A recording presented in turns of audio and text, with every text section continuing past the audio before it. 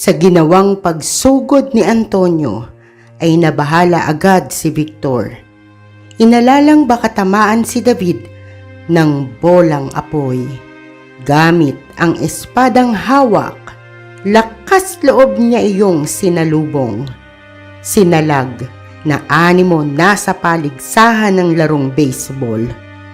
Tumulpit iyon sa ibang direksyon, ngunit dahil sa lakas ng impact, nanginig ang kanyang mga braso at kamay at nabitiwan ang espada. Tahimik siyang napadaing. Pakiramdam niya'y nayanig, pati ang utak niya. Ang mga palad niya'y nagmistulang litsyon sa pula. Pumihit siya at tumakbo paiwas sa sumusugod na binata. Nagpahabol at nang matiyak na nailayo na ito kay David ay saka huminto. Tusong ngiti ang iniharap sa binatang papalapit. Inihahatid ang mensaheng hindi nito mapatatayo ang mga balahibo niya. Mabilis niyang nailagan ang magkasunod nitong suntok. Nakatalon agad siya bago pa sumayad ang kamao nito sa kanyang tagiliran. Sinasabayan niya ang bilis nito, ang liksi. Mas maingat, mas maparaan at matalino. Bilis ng kilos at isip ang kailangan upang magwagi sa kanilang labanan. Dahil sa munting pagkalingat, buhay niya ang magiging kabayaran. Lalo namang nagngit-ngit ang kalooban ni Antonio dahil nakakailag si Victor. Lalong nanggigil makatama. Nagmamadaling tapusin ang laban, tapusin ang binatang vampira. Ginamit na rin nito ang mga paa. Sisipa, susuntok. Sunod-sunod ang ginagawang pagsugod. Habang panay naman ang pag-ilag ni Victor. Mistulang mga wrestler sa loob ng 4 na sulok ng malawak na ruweda ang dalawang binata. Kasunod ng suntok ni Antonio, patraidor nitong sinipa si Victor. Humagunot ang hangin dahil sa lakas at bilis. Sinabayan ni Victor ang galaw ni Antonio. Nakayuko at nailagan ang kamao nito. Kasunod ang matuling pagtalon bago pa tumama ang paa nito. Ngunit pagsayad ng mga paa niya sa lupa, nagpaulan ito ng mga bolang apoy. Nagpatuloy siya sa pag-iwas, sa pag-ilag. Hindi naman tumigil si Antonio sa pag-target sa kanya. Gigil na gigil. Mistulang wala na sa sarili. Hindi na alintana kung sino ang tamaan, demonyo man o mandirigmang kalansay. Nagliliyab ang bawat tamaan. Tumatalsik ang iba, habang ang iba pa ay bumabagsak sa kinatatayuan. Nakatutulig ang lakas ng mga hiyawan. Halo-halo ang nakapangingilabot na ungulan at pagdaing. Nagpupulasan sa iba't ibang panig. Sinasamantala ng iba ang pagkakataong makaungos sa laban, habang ang iba naman ay nagagahol sa pag-ilag.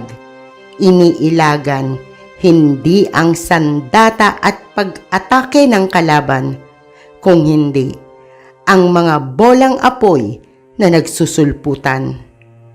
Ilang sandali pa, nangalahati na ang kampo ng magkabilang panig. Si David na pinagtatangkaan ng mga lumalapit ay nagsisika pa ring lumaban. Puro lapnos na ang balat ni Victor. Mabigat na ang katawan, bumabagal na ang kilos at galaw. Hinang-hina na si David at halos hindi makatayo. Lugmok na ang itsura ni na Victor at David, habang si Antonio ay nagniningning at matikas pa rin. Halos panawa na ng ulirat ang mga binatang taga-Kastilyo, habang sumusugod pa rin ang binatang dayo. Lalong nabawasan ang bilang ng mga naglalaban hanggang sa nagmistulang karpet na inilatag sa iba't ibang panig ang mga walang buhay at nag-aagaw buhay. Patuloy pa rin sa pag-atake si Antonio. Tagilid ang laban. Malaki ang posibilidad na masakop ang kastilyo at mapaslang ang nagmamay-ari at naninirahan. Nagitla si David nang makitang gumewang sa pagkakatayo si Victor. Itinukod ang mga kamay sa tuhod. Ipinipilig ang ulo na waring may nais alisin. Lalo siyang kinutuba ng masama nang mula sa isang panig ay matanaw ang isang demonyong umaahon mula sa pagkakadaga ng dugoang mga bangkay. Dahan-dahan ang kilos. Patraidor ang paglapit kay Victor. Inilipat niya ang tingin kay Antonio at sa bolang apoy na nakaamba nitong pawalan. Batid niyang nag-aabang lang ito ng tamang tiyempo. Nagtagis ang kanyang mga bagang sa senaryong maaaring maganap. Mapansin man ito at mailaga ni Victor, ay maaari namang tumama ang bolang apoy na pawawalan ni Antonio. Napailing siya.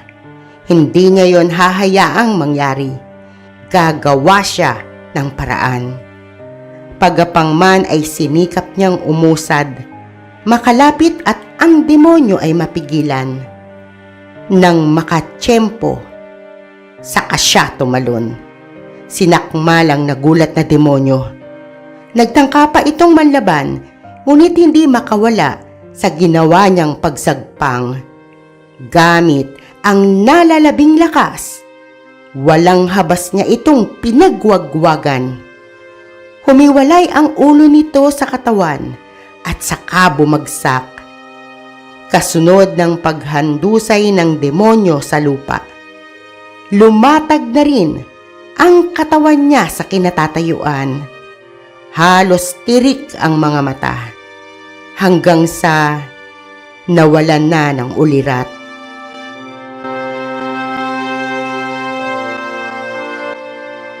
Nagluluha ang mga mata ni Victor sa galit habang nakikita ang sitwasyon ni David.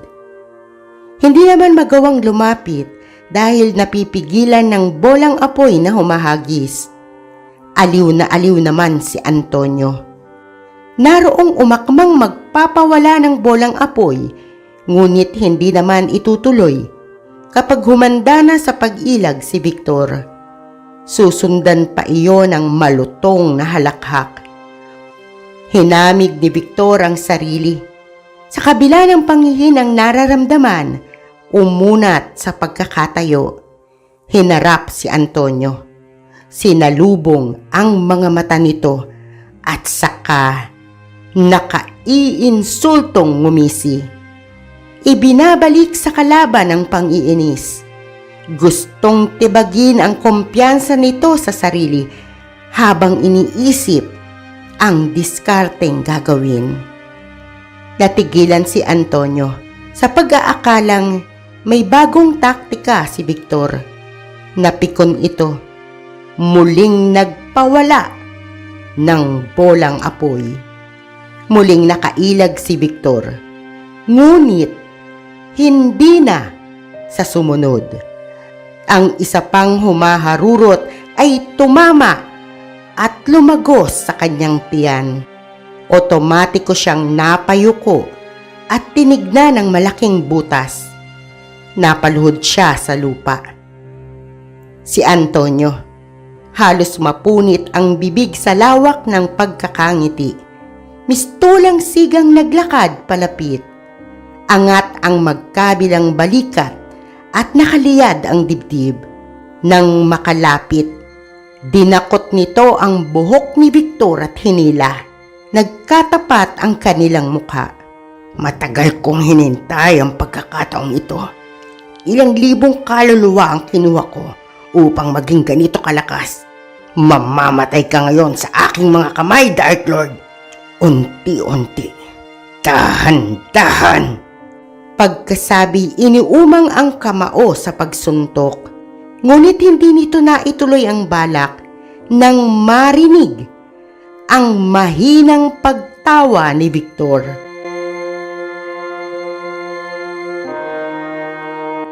Walang dudang napakalakas mo nga, Antonio. Ngunit hindi ka tunay na Phoenix. Namula ang mukha ni Antonio. Nainsulto sa sinabi ni Victor. Nanginig ang kamaong mahigpit na nakakuyom. Sadyang nakababaliw ang labis na takot, Dark Lord. Nakangisi nitong sabi. Nagkunwaring hindi apektado sa narinig. Nilinlang ka ni Lilith, Antonio. Nagmumula sa araw ang kapangyarihan ng tunay na Phoenix at hindi sa mga kaluluwa. Pagpapatuloy pa ni Victor, nagliyab sa galit ang mga mata ni Antonio.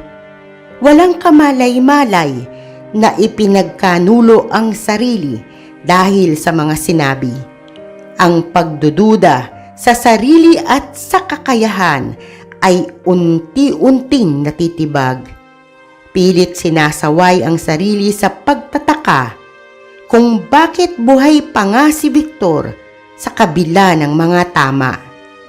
Mistulang umeeko at paulit-ulit naririnig na hindi ito ang tunay na Phoenix. Umigkas ang nagliliyab nitong kamao at tumama sa mukha ni Victor. Ang pagsuntok sa mukha ng kalaban ay katumbas ng pangingibabaw, kasing kahulugan ng insulto at malaking kahihiyan. Tumilapon ang katawan ni Victor at sumadsad sa pader ng kastilyo. Muling sumugod si Antonio. Dinakot ang harapang damit ni Victor. Hindi na mahalaga kung sa mga kaluluwa galing ang aking kapangyarihan. Ang mahalaga ay mapatay kita! Gigil na gigil nitong sabi at saka muling iniamba ang kamao. Nakalimutan mo na ba kung paano kita pinatay noon, Antonio? Seryosong tanong ni Victor. Hindi na nakasagot pa si Antonio. Napanganga na lang nang bumaon sa dibdib nito ang matutulis na kuko ni Victor. Kumukuha ako ng kaluluwa. Nakangising sabi ni Victor at saka hinigop ang lahat ng kaluluwang nasa katawan ni Antonio. Unti-unting natuyot ang katawan nito habang naghihilom naman ang mga sugat ni Victor.